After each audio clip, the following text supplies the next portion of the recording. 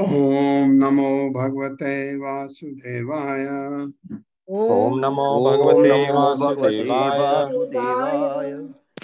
ओम नमो भगवते वासुदेवाय। ओम नमो भगवते वासुदेवाय। ओम नमो भगवते वासुदेवाय।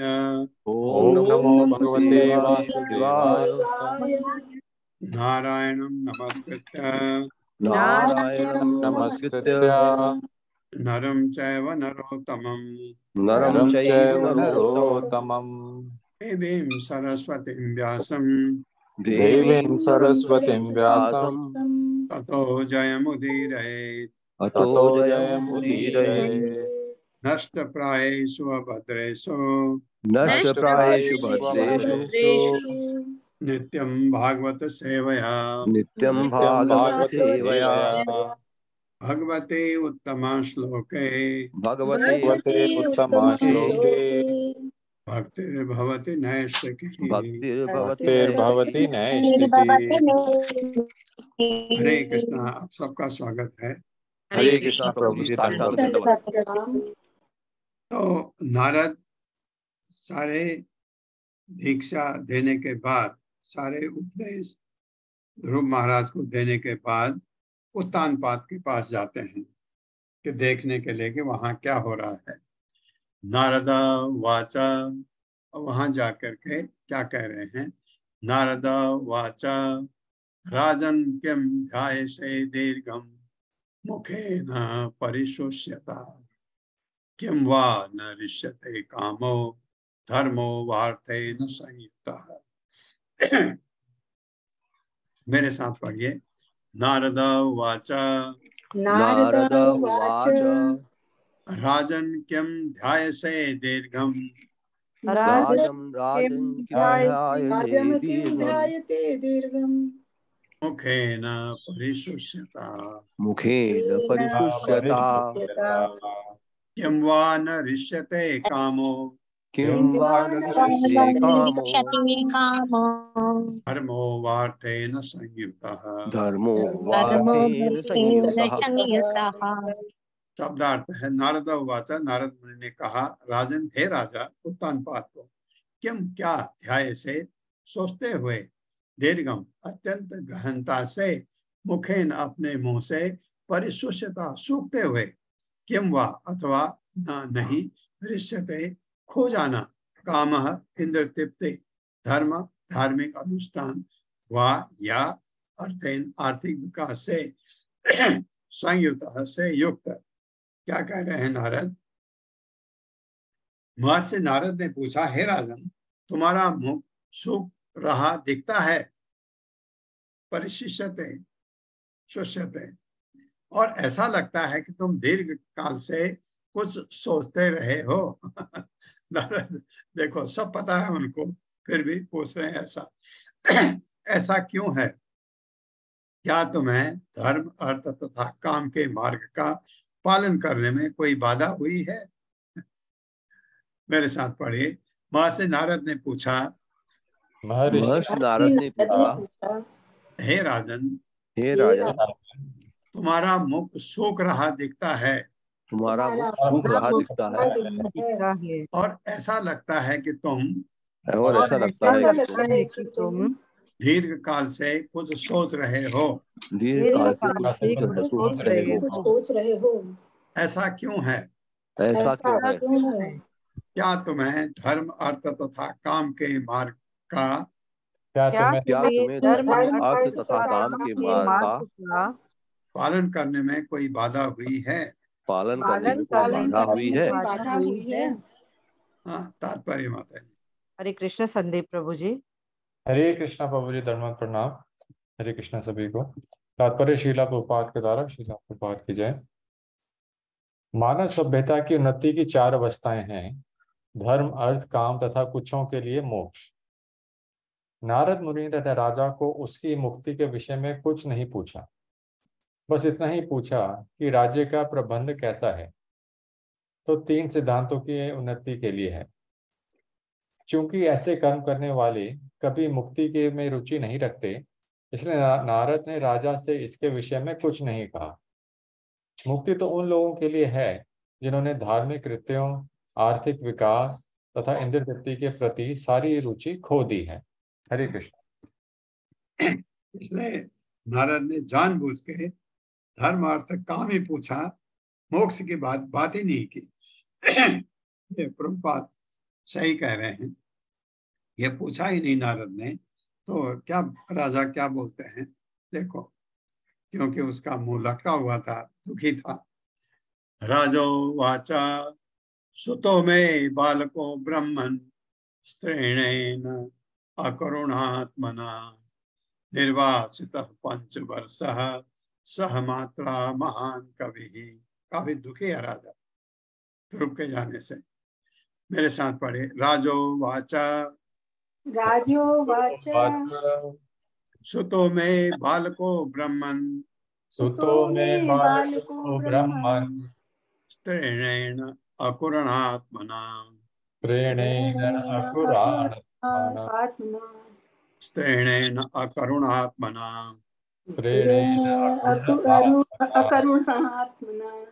निर्वासितः 5 वर्षः समात्रा महान कवि। शब्दार्थ है राजा उवाच, राजा ने उत्तर दिया, सुतः पुत्र में मेरा बालक अल्प वयस वाला ब्राह्मण है। ब्राह्मण स्त्रीण स्त्री में लिप्त रहने वाला, अकरुणा आत्मना कठोर हृदय, निर्वासित घर से निकाला गया, 5 वर्ष का बालक सह सात मात्रा माता द्वारा महान महापुरुष कवि भक्त। राजा ने उत्तर दिया, हे ब्राह्मण श्रेष्ठ, मैं अपनी पत्नी में अत्यधिक आसक्त हूँ और मैं इतना पतित हूँ कि मैंने अपने 5 वर्ष के बालक के प्रति भी दया भाव के व्यवहार का त्याग कर दिया। मैंने उसे महात्मा तथा महान भक्त होते हुए भी माता सहित निर्वासित कर दिया है। इतना दुखी है राजा। क्योंकि उत्तानपाद क्यों ऐसा है, ऐसा विचार उसमें आया, इतना कठोर दिल नहीं है। स्त्री के प्रति आसक्ति हुई, उस चक्कर में ये हुआ। अंदर से उसका दिल उसके बच्चों के लिए खराब नहीं है। क्यों? क्योंकि वो स्वयंभू मनु का पुत्र है। स्वयंभू मनु के पुत्र में ऐसी गलतियां हो ही नहीं सकती। देखिए, क्योंकि वो ये हुआ माया, स्त्री के माया जाल में ऐसा फंसा, और स्त्री ऐसी थी जो माया वाली थी। एक स्त्री ऐसी भी होती है जिनका हृदय बहुत, क्योंकि स्त्री का हृदय सागर जैसा होता है, और कभी कभी वही सागर जो है अपने पन में ढल जाता है तो बहुत ही स्वार्थी बन जाते हैं। यही सुरुचि का यही हाल था। राजा ने उत्तर दिया, हे ब्राह्मण श्रेष्ठ,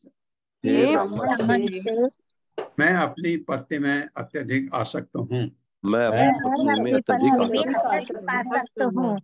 और मैं इतना पतित हूँ कि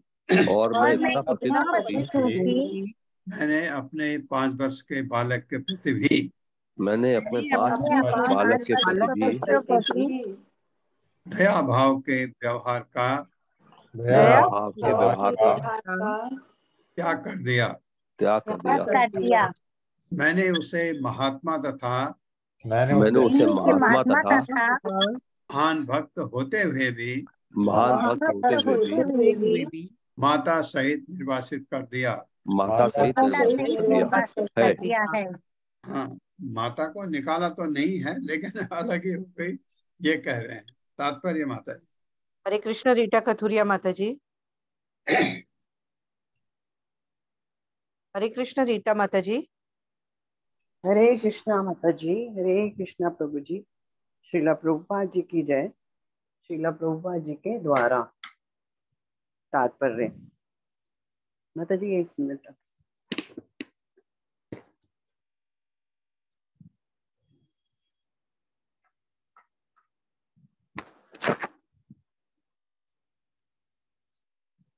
इस श्लोक में अनेक विशिष्ट शब्द आए हैं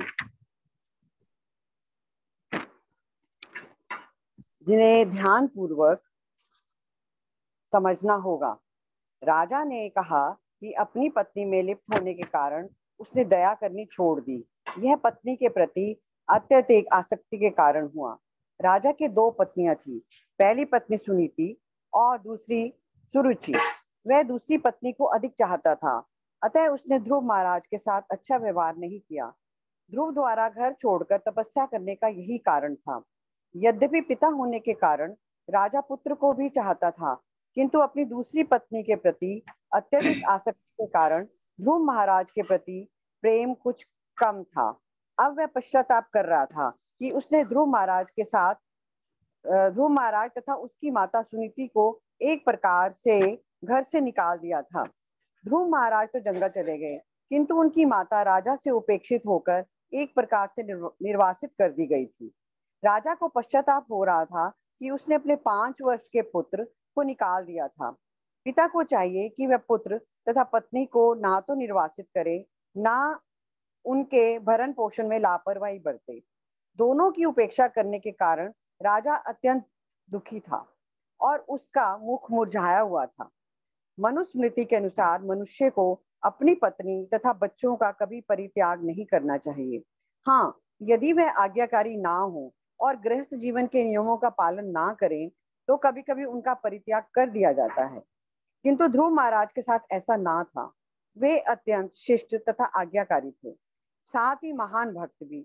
ऐसे व्यक्ति की उपेक्षा नहीं होनी चाहिए, किंतु राजा ने बाध्य होकर उसे निर्वासित कर दिया था।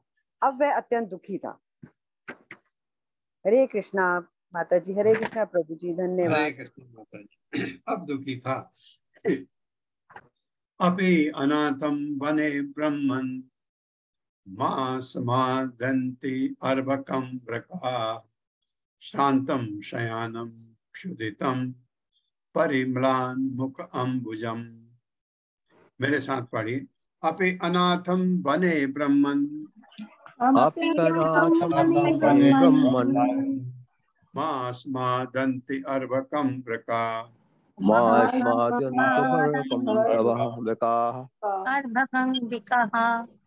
शांतं शयानं क्षुदितं परिम्लान मुख अम्बुजम।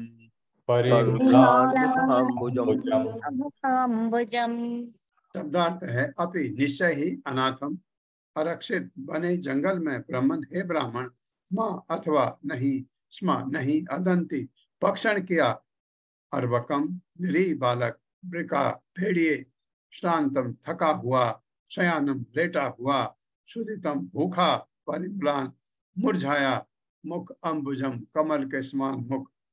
हे ब्राह्मण मेरे पुत्र का मुख कमल के फूल के समान था। मैं उसकी दयनीय दशा के विषय में सोच रहा हूँ। वो असुरक्षित तथा अत्यंत भूखा होगा।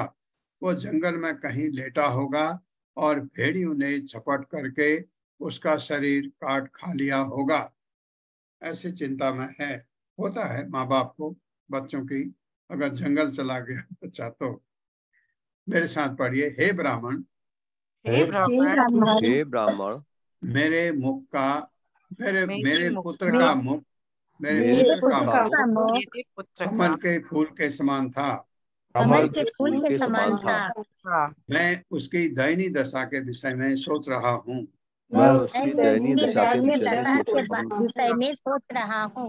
वह असुरक्षित और अत्यंत भूखा होगा।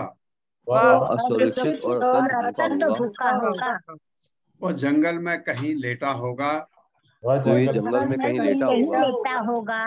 और भेड़ियों ने झपट करके उसका शरीर काट लिया होगा।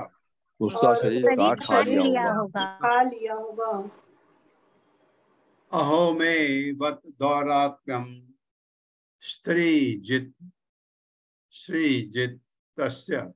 श्रीजितस्य उपधारय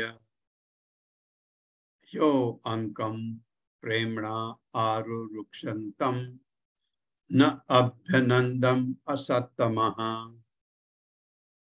मेरे साथ पढ़िए। अहो में वत दौरात्म्यम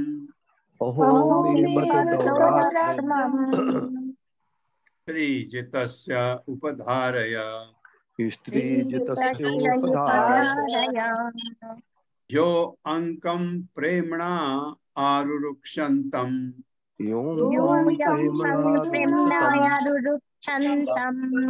न अभ्यनंदन सम्मत असत्तमः।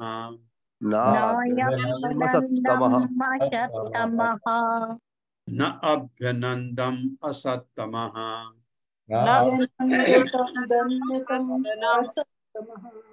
शब्दार्थ है ओ अहो ओ मैं मेरा वत निश्चय ही दौरात्म्यम क्रूरता स्त्री जितस्य स्त्री का गुलाम उपधार्य जरा सोचो तो यह जो अंकम गोद प्रेमणा प्रेम बस आरुरुक्षन्तम चढ़ने को इच्छुक ना नहीं अभ्यनंदम उचित ढंग से आदर असत तमह अत्यंत क्रूर। अहो जरा देखिए तो मैं कैसा स्त्री का गुलाम हूँ। जरा मेरी क्रूरता के विषय में तो सोचिए। वह बालक प्रेम बस मेरी गोद में चढ़ना चाहता था किंतु मैंने न तो उसको आने दिया न उसे एक क्षण भी दुलारा। जरा सोचे कि मैं कितना कठोर हृदय हूँ। ये उत्तानपाद कह रहे हैं। मेरे साथ पढ़े। अहो जरा देखिए तो, अहो जरा देखिए तो, मैं कैसा स्त्री का गुलाम हूँ। मैं कैसा स्त्री का गुलाम हूँ। जरा मेरी क्रूरता के विषय में तो सोचिए। जरा मेरी क्रूरता के विषय में तो सोचिए। वो बालक प्रेम बस मेरी गोद में चढ़ना चाहता था। वो बालक प्रेम बस मेरी गोद में चढ़ना चाहता था। किंतु मैंने न तो उसको आने दिया, किंतु मैंने न तो उसको आने दिया, न उसे एक क्षण भी दुलारा। न उसे एक क्षण भी दुलारा। जरा सोचिए कि मैं कितना कठोर हृदय हूँ। मैं कितना कठोर हृदय वाला हूँ। ये बोला तो नारद ने अब उसको थोड़ा ढाढ़स बधाया। नारद वाचा मामा शुचः स्वतयनम स्वतनयम नाना मामा शुचः स्वतनयम देवगुप्तम विशाम्पते तत्प्रभावम अभिज्ञाय प्रावंते यद यशो जगत। मेरे साथ पढ़िए। नारदा वाचा मामा शुचः स्वतनयनम देवगुप्तम विशाम्पते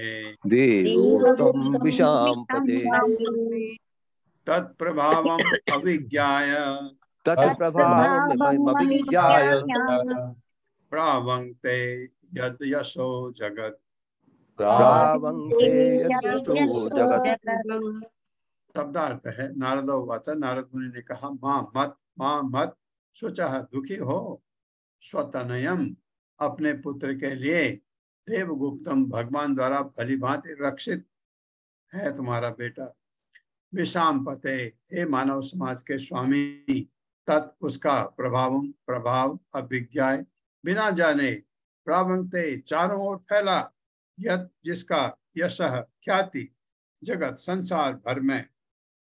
नारद ने उत्तर दिया, महर्षि नारद ने उत्तर दिया, हे राजन, तुम अपने पुत्र के लिए शोक मत करो, वह भगवान द्वारा पूर्ण रूप से रक्षित है। क्योंकि नारद ने उसके सिर पर हाथ रखा। भगवान का महान भक्त है नारद, उसके ऊपर सिर के ऊपर हाथ रखा तो उसका बाल बांका कोई नहीं कर सकता। यद्यपि तुम्हें उसके प्रभाव के विषय में सही जानकारी नहीं है, किंतु उसकी ख्याति पहले ही संसार भर में फैल चुकी है।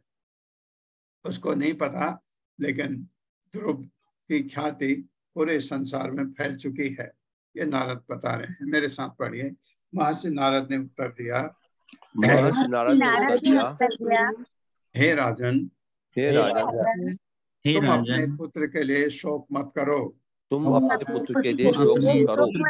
शोक मत करो। वह भगवान के द्वारा पूर्ण रूप से रक्षित है। यद्यपि तुम्हें उसके प्रभाव के विषय में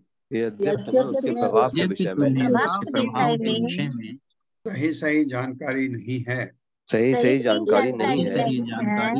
किंतु उसकी ख्याति पहले ही संसार भर में फैल चुकी है। कौन्ते या प्रतिजानी ही न मे भक्त प्रणश्यति। तात्पर्य माता जी। हरे कृष्ण पवन प्रभु जी। हरे कृष्णा माता जी, हरे कृष्णा प्रभु जी। श्रील प्रभुपाद जी की जय। तात्पर्य श्रील प्रभुपाद जी द्वारा। कभी कभी जब हम यह सुनते हैं कि बड़े बड़े साधु तथा भक्त जंगल में जाकर भक्ति या ध्यान करते हैं, तो हमें आश्चर्य होता है कि कोई बिना किसी की देखभाल के जंगल में कैसे रह सकता है। किंतु इसका जो उत्तर नारद मुनि देते हैं वह यह है कि ऐसे व्यक्तियों के रक्षक भगवान हैं। शरणागति या आत्मसमर्पण का अर्थ है स्वीकृति अथवा दृढ़ विश्वास कि शरणागत जीव जहाँ कहीं भी होगा श्री भगवान उसकी रक्षा करेंगे। वह कभी आरक्षित या अकेला नहीं होगा।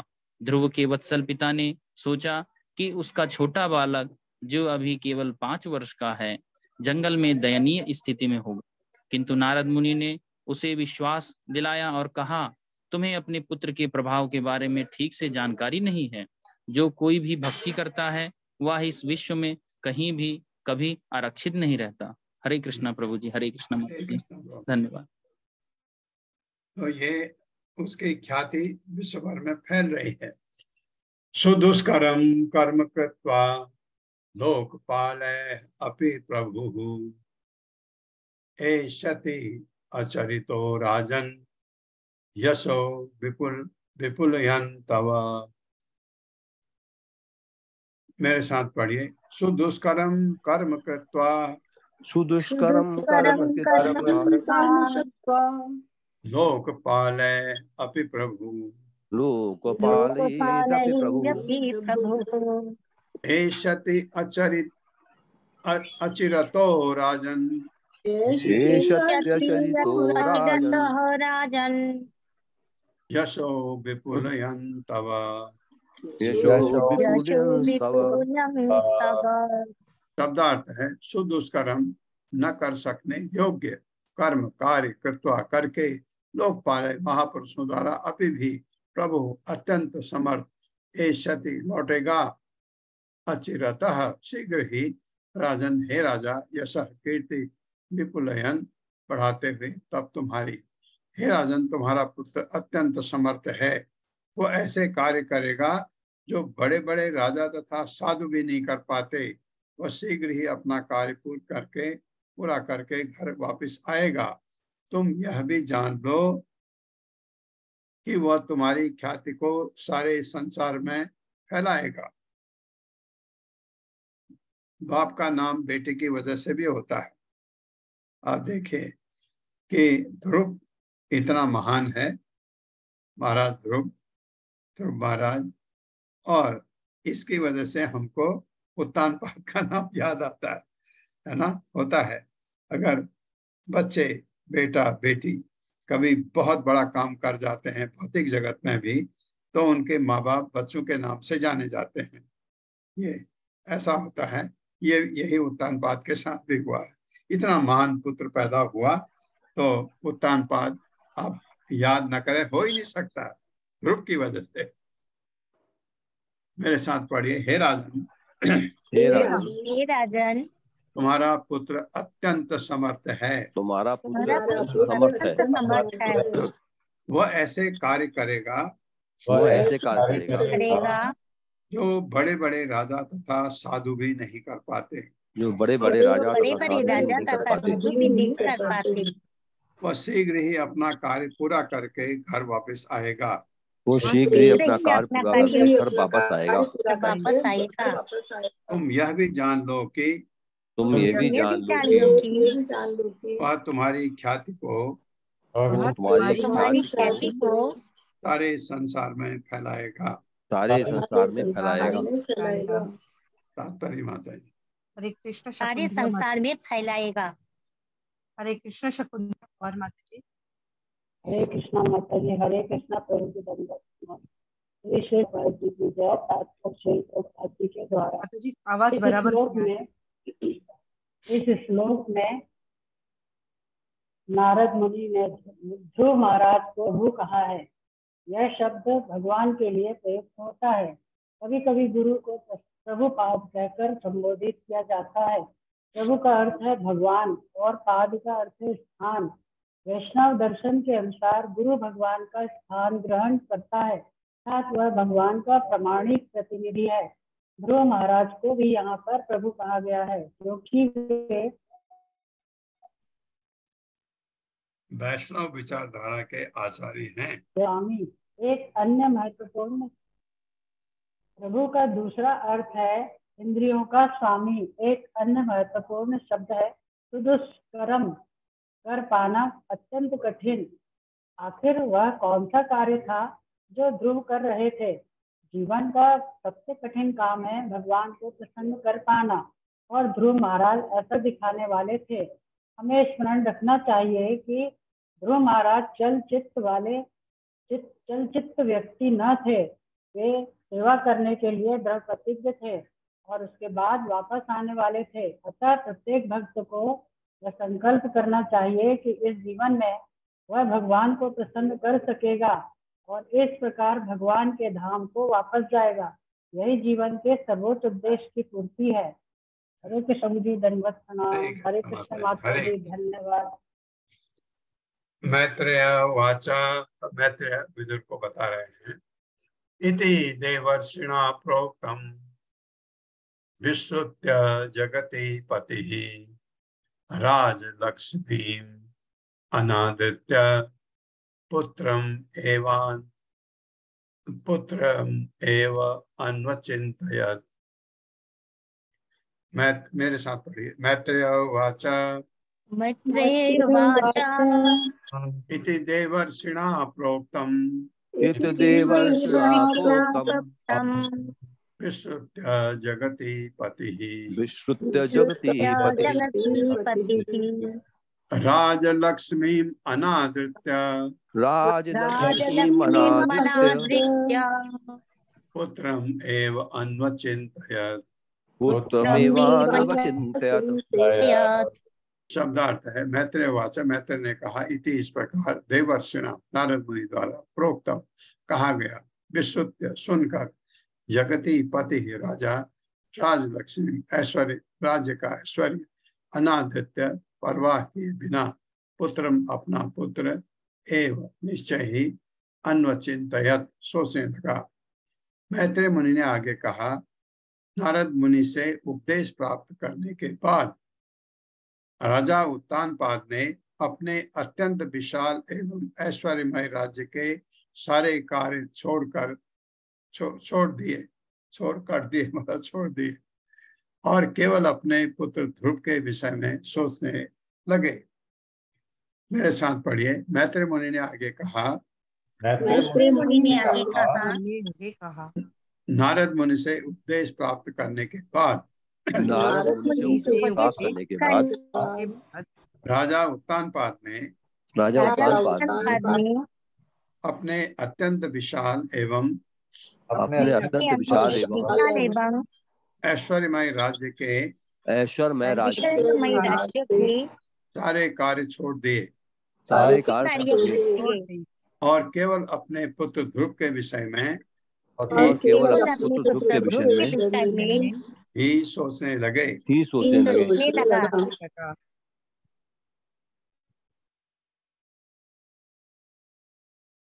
तत्र अभिषिक्तः प्रियतः ताम उपोष्य विभावरीं समाहितः पर्यचरत् ऋषि आदेशेन पुरुषम्। मेरे साथ। तत्र अभिषिक्तः प्रियतः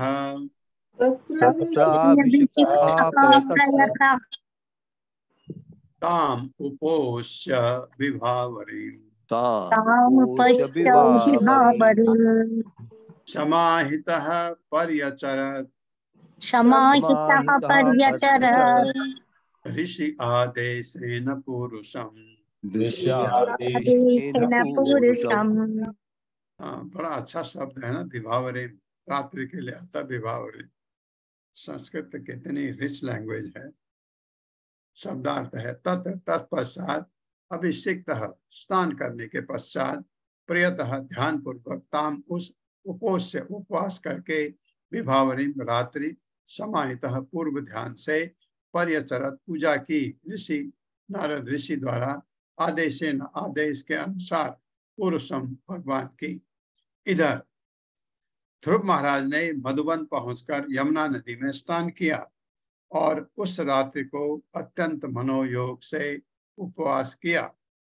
तत्पश्चात वे नारद मुनि द्वारा बताई गई विधि से भगवान की आराधना में मग्न हो गए।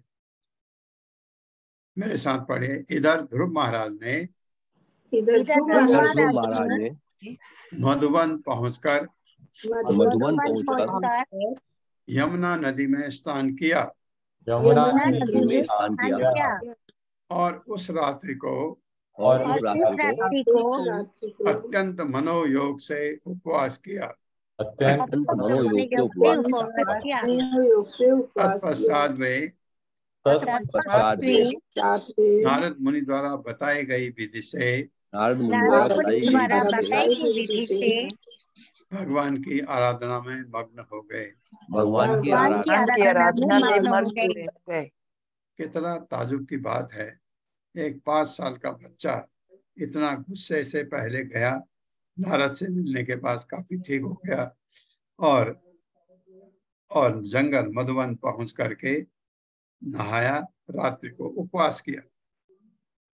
बच्चे को तो भूख लगती है, प्यास लगती है, कितना महान है ध्रुव महाराज। तात्पर्य माता जी। हरे कृष्ण। सुषमा माता जी। हरे कृष्ण माता जी। प्रभु जी हरे कृष्णा, दंडवत प्रणाम। हरे कृष्ण माता प्रभुपाद जी की जय। श्री प्रभुपाद जी के द्वारा तात्पर्य। इस विशिष्ट श्लोक की महत्ता ये है कि ध्रुव महाराज ने अपने गुरु महर्षि नारद द्वारा बताई गई विधि के अनुसार कार्य किया। श्री विश्वनाथ चक्रवर्ती का भी यही उपदेश है कि यदि हम भगवान के धाम को वापस जाने में सफल होना चाहते हैं तो हमें गुरु के आदेशों के अनुसार गंभीरता पूर्वक कार्य करना चाहिए। सिद्धि का यही मार्ग है। सिद्धि प्राप्ति के विषय में तनिक भी चिंता नहीं होनी चाहिए, क्योंकि जो गुरु के आदेशों का पालन करता है वह अवश्य ही सिद्धि प्राप्त करता है।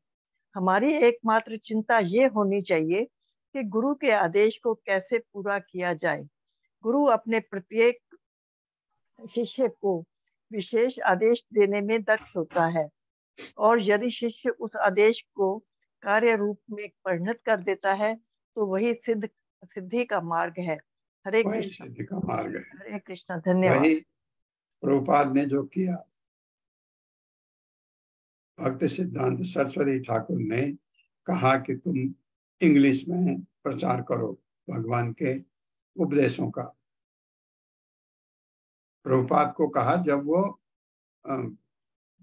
जब जॉब भी नहीं लगा था उनके यंग थे, मेरे ख्याल से 20-22 साल के रहे होंगे, तो उनका दोस्त घसीट के ले गया कि महान साधु आए हैं।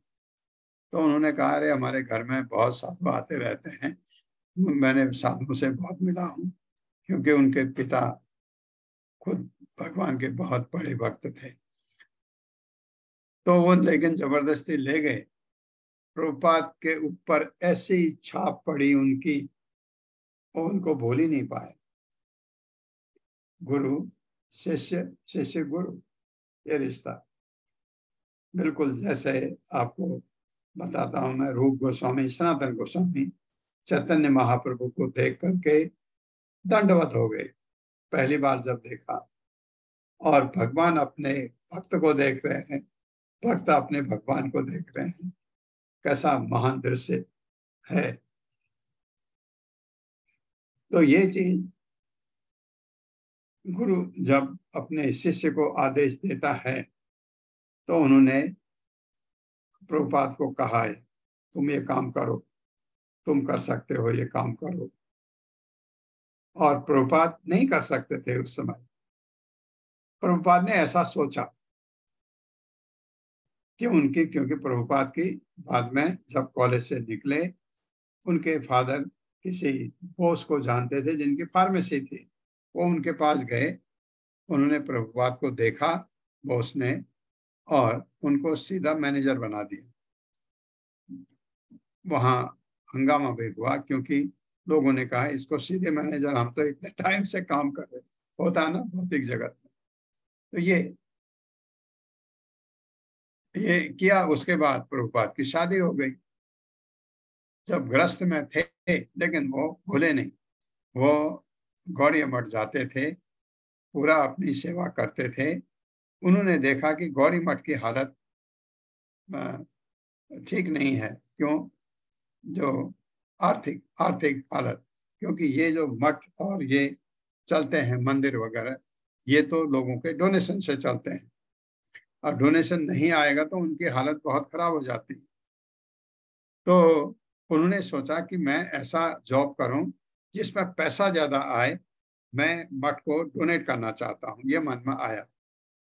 तो उन्होंने अपने फार्मेसी के जो बॉस थे उनको कहा कि मैं अपना बिजनेस करना चाहता हूं क्योंकि मुझे पैसा ज्यादा। उन्होंने कहा तुम्हें क्या ज्यादा पैसा चाहिए, क्यों चाहिए? उन्होंने कहा इसलिए चाहिए। उन्होंने कहा ठीक है, हमारी एक फार्मेसी है प्रयाग में, तुम ले लो उसको, तुम करो, उससे कमाओ पैसा। ये ऐसे गए, ये उनका पर्पस था प्रभुपाद का। और फंसते गए ग्रस्त में, एक बच्चा, दूसरा बच्चा, तीसरा बच्चा, बच्चे होते गए। और वहां प्रभुपाद दो लोगों को बहुत ज्यादा अब थे, उनको लगता था दो लोग उनकी जिंदगी में गजब आए। एक तो उनके पिताजी, ऐसे फादर बहुत कम होते हैं। प्रभुपाद के फादर जैसे थे, आजकल तो होते हैं, उस टाइम पर फादर लगाम लगाते थे बच्चों पर। प्रभुपाद के फादर जो थे कभी नहीं, इतना प्रेम करते थे प्रभुपाद को, जो प्रभुपाद चाहते थे वो कर देते थे।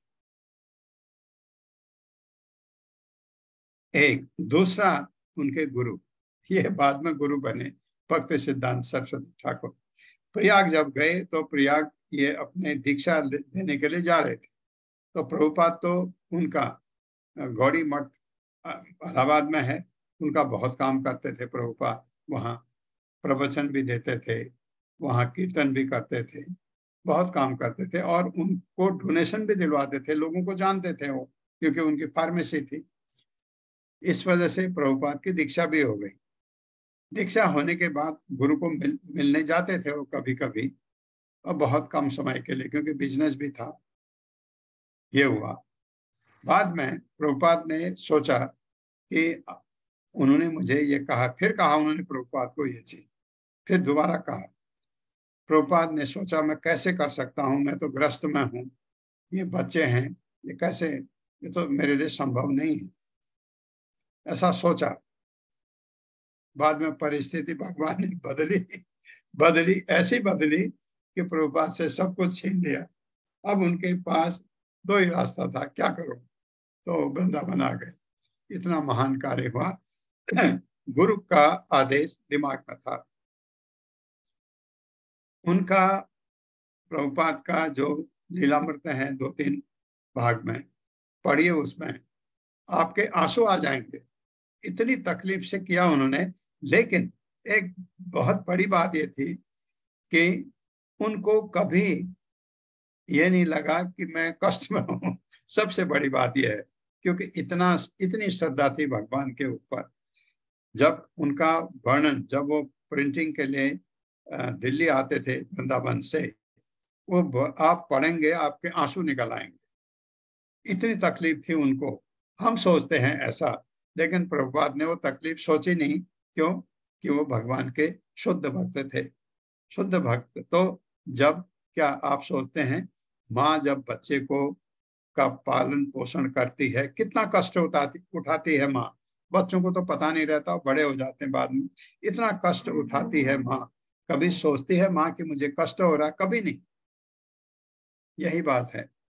तो ये प्रभुपाद ने ऐसा कष्ट उठाया। ये भागवतम के पहले 3 स्कंद का ट्रांसलेशन करके उनका प्रिंटिंग, इसलिए। और जो पहला स्कंद हुआ उसमें तो बहुत ही तकलीफ थी उनको। इसलिए जो प्रभुपाद के भक्त हैं हम लोग, पहला स्कंद बहुत अच्छा लगता है, क्योंकि प्रभुपाद ने बहुत ही तकलीफ से वो निकाला, वो प्रिंट करके बाहर निकाला। ये पहले 3 स्कंद जब हो गए ट्रांसलेट इंग्लिश में, और प्रभुपाद ने अपना तात्पर्य भी लिखा, ये जब हो गया, और भगवत गीता तो उन्होंने लिख चुके थे, ये लेकर के वो अमेरिका गए। उस स्टेज में 70 साल में हम सोचते हैं आप तो चारपाई पर लेट जाओ। प्रभुपाद उस उम्र में 69 के एज में अमेरिका गए, वो भी कितने तकलीफ से। तो ये होता है गुरु का आदेश। गुरु का आदेश था, उनके दिमाग में था कि कि मैं इतना भगवान मुझे रख दो कि मैं गुरु के आदेश का पालन कर सकूं। तो ऐसा आज हम इतना अपने गुरु का ही आदेश पूरा नहीं किया। हम कितने भाग्यशाली हैं कि हम पढ़ पा रहे हैं, अदरवाइज भागवतम हम कैसे पढ़ सकते हैं? वो तो संस्कृत में है, प्रभुपाद ने उसको इंग्लिश में ट्रांसलेट किया, फिर उसके बाद शिष्यों ने इसको और सब लैंग्वेजेज में किया। तो जैसे हिंदी में हम पढ़ रहे हैं, आप देखते हैं कहीं कहीं पर अशुद्धियां होती हैं, उसको परवाह नहीं करिए। ये मैंने बोला भी है ऐसे करके, कोई ऐसा हो हम में जो हर पेज का ये बता दे तो वो ठीक करेंगे, क्योंकि ये गूगल से ट्रांसलेट किया है, इसलिए कहीं कहीं पर गलती मुझे लगता है गूगल से किया है, क्योंकि अपने आप ट्रांसलेट करने में ऐसी गलतियां नहीं होती। कहीं पर काकू को की ये लिखा है तो दिखता है आपको। तो ऐसे महान भक्त है। अब ध्रुव महाराज के बात करते हैं। रात्र अन्ते त्रिरात्र अन्ते कपित्थ बदरासनः आत्मवृत्त्य अनुसारेण मासं निन्ने अर्चयन् हरिं। मेरे साथ त्रिरात्र अन्ते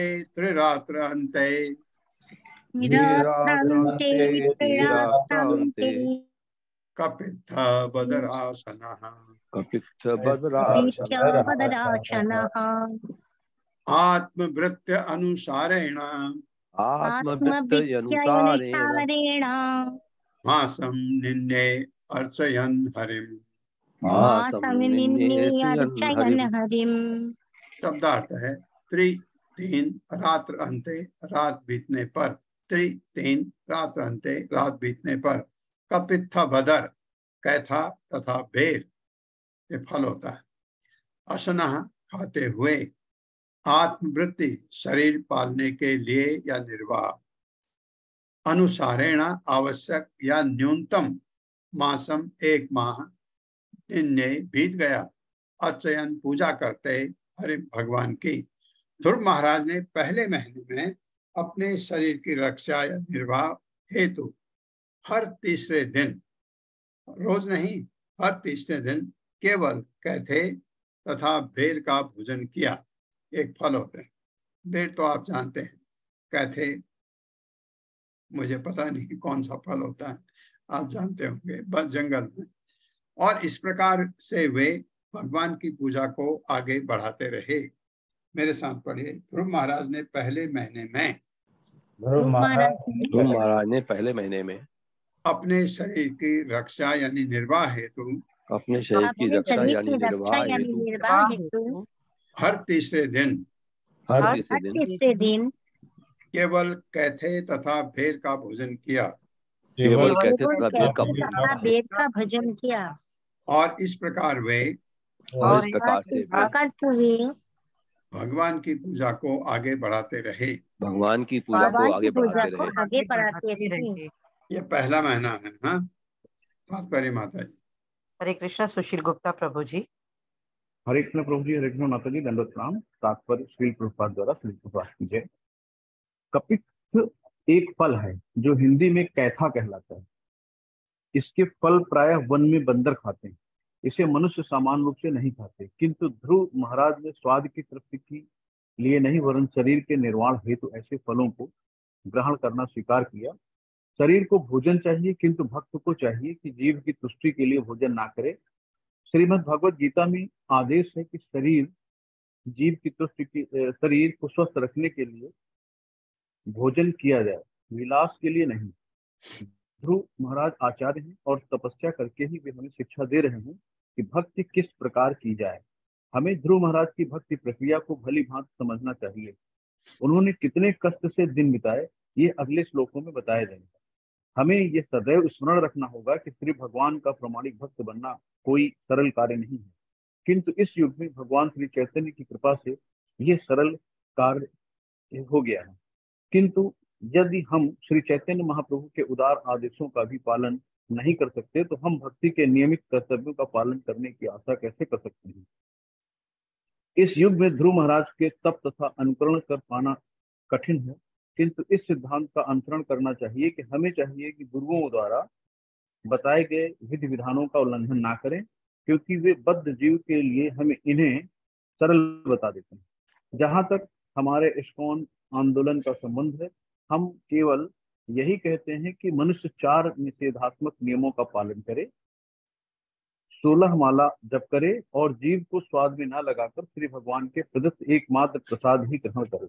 इसका अर्थ ये नहीं है कि हम उपवास करें तो श्री भगवान भी उपवास करें, श्री भगवान को अच्छे से अच्छा भोग चढ़ाएं, किंतु हमारा उद्देश्य अपने स्वाद की पूर्ति करना नहीं होना चाहिए। जहां तक संभव हो सादा भोजन ग्रहण करें, जिससे भक्ति करने हेतु शरीर का निर्वाह हो सके। हमारा कर्तव्य है कि हम सदा स्मरण रखें कि ध्रुव महाराज की तुलना में हम नगण्य हैं। ध्रुव महाराज ने आत्म साक्षात्कार के लिए जो कुछ किया उसे कर पाना हमारे लिए नितांत असंभव है, क्योंकि हम ऐसी सेवा करने में असक्षम हैं। किंतु इस युग के लिए हमें श्री चैतन्य महाप्रभु की सभी प्रकार की छूट दे रखी है। अतः हम इतना तो स्मरण रखें कि भक्ति हेतु कर्तव्यों को न करने से हमारे उद्देश्यों की पूर्ति नहीं हो सकती। हमारा परम कर्तव्य है कि हम ध्रुव महाराज के चरण चिन्हों का आरोपण करें, क्योंकि वे अत्यंत दृढ़व्रती थे। हमें भी इस जीवन में भक्ति करने हेतु अपने कार्यों को पूरा करने का व्रत लेना चाहिए। हमें इस कार्य को पूरा करने हेतु दूसरे जीवन की प्रतीक्षा नहीं करनी चाहिए। हरे कृष्णा प्रभु जी, हरे कृष्णा माता जी। बहुत बढ़िया, बहुत बढ़िया प्रभु, धन्यवाद। आखिरी लाइन बहुत ही बढ़िया। हमें इस कार्य को पूरा करने के लिए दूसरे जीवन की प्रतीक्षा नहीं करनी चाहिए।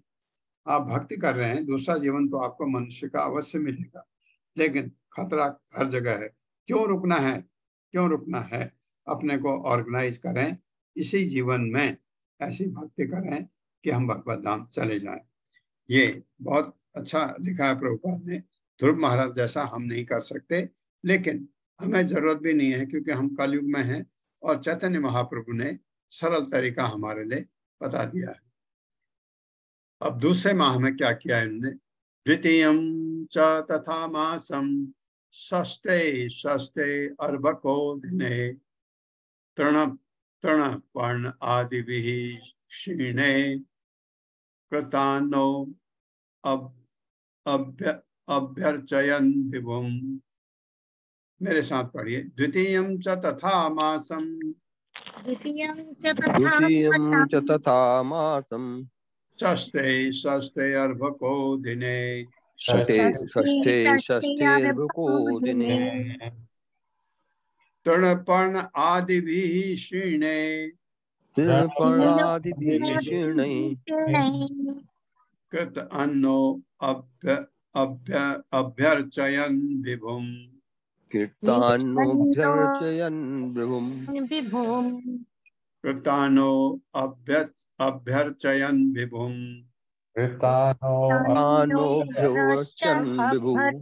विभुम्। शब्दार्थ है द्वितीयम अगले मास, च भी तथा उपयुक्त विधि से मासम माह षष्ठे षष्ठे प्रत्येक 6 दिन पर, पहले महीने में हर तीसरे दिन, अब छठे दिन, अर्भकः अबोध बालक, दिने दिन में, तृणपर्ण आदि भी घास पात से, क्षीणे शुष्क, कृत अन्न के रूप में, अभ्यर्चयन और इस प्रकार पूजा करता रहा विभुम भगवान के लिए। दूसरे महीने में महाराज ध्रुव 6 दिन के बाद खाने लगे। शुष्क घास था, पत्ते ही उनके खाद्य पदार्थ थे। इस प्रकार उन्होंने अपनी पूजा चालू रखी। मेरे साथ दूसरे महीने में महाराज ध्रुव, दूसरे महीने में महाराज ध्रुव 6 दिन के बाद खाने लगे। 6 दिन बाद खाने लगे। शुष्क घास तथा पत्ते ही शुष्क घास तथा पत्ते ही उनके खाद्य पदार्थ थे। उनके खाद्य पदार्थ थे। इस प्रकार उन्होंने अपनी पूजा चालू रखी। इस प्रकार उन्होंने अपनी पूजा चालू रखी। अब तीसरे महीने में तृतीयं च आनयन मासम नवमे अहनि, वहां छठे था, अब नवे अब भक्ष्य उत्तम श्लोकम उपाधावत समाधिना। मेरे साथ पढ़िए।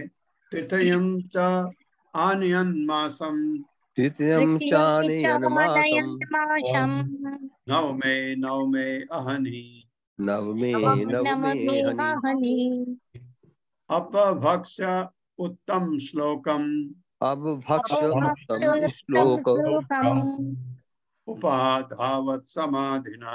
उपाधावत् समाधिना। शब्दार्थ है तृतीयम तीसरे महीने च भी आनयन बीतने पर मासम एक महीना नवमे प्रत्येक नवे अहनि दिन में अपभक्ष्य केवल जल पीकर उत्तम श्लोकम भगवान जिनकी आराधना चुने हुए श्लोकों से की जाती है उपाधावत पूजा की समाधिना समाधि में। तीसरे महीने में वे प्रत्येक 9वें दिन केवल जल ही पीते। इस प्रकार वे पूर्ण रूप से समाधि में रहते हुए पुण्य श्लोक भगवान की पूजा करते रहे। कितना दृढ़ संकल्प था ये बच्चा। मेरे साथ पढ़िए। तीसरे महीने में वे प्रत्येक 9वें दिन केवल जल ही पीते। इस प्रकार वे पूर्ण रूप से समाधि में रहते हुए पुण्य श्लोक भगवान की पूजा करते रहे। एक श्लोक और पढ़ते हैं। चौथे मास आ गया। चतुर्थम अपि वैमासम द्वादशे अहनि। अब 12वें दिन वायु भक्षो जितश्वासो ध्यायन् देवम् अधारयत्। मेरे साथ पढ़िए। चतुर्थम अपि वैमासम द्वादशे अहनि वायु भक्षो जितश्वासो ध्यायन् देवम् अधारयत्। शब्दार्थ है चतुर्थम चौथे अपि भी वह उस प्रकार मासम द्वादशे प्रति 12वें अहनि दिन में वायु हवा भक्ष्य खाकर जित श्वास क्रिया को वश में करके ध्यान करते हुए देवम परमेश्वर की आराधयत पूजा की। चौथे महीने में ध्रुव महाराज प्राणायाम में पटु हो गए और इस प्रकार प्रत्येक 12वें दिन वायु को श्वास के भीतर ले जाते। इस प्रकार अपने स्थान पर पूर्ण रूप से स्थिर होकर उन्होंने भगवान की पूजा की। मेरे साथ पढ़िए। चौथे महीने में ध्रुव महाराज प्राणायाम में पटु हो गए। ध्रुव महाराज प्राणायाम में पटु हो गए और इस प्रकार प्रत्येक 12वें दिन वायु को श्वास के भीतर ले जाते। इस प्रकार अपने स्थान पर पूर्ण रूप से स्थिर होकर उन्होंने भगवान की पूजा की। कितना कठिन है। वायु भी 12वें दिन बताइए। द्वादशे अब ज्यादा कल पढ़ेंगे। ओम अज्ञानतिमिरान्धस्य ज्ञानाञ्जन शलाकया चक्षुरुन्मिलितं तस्मै श्री गुरवे नमः।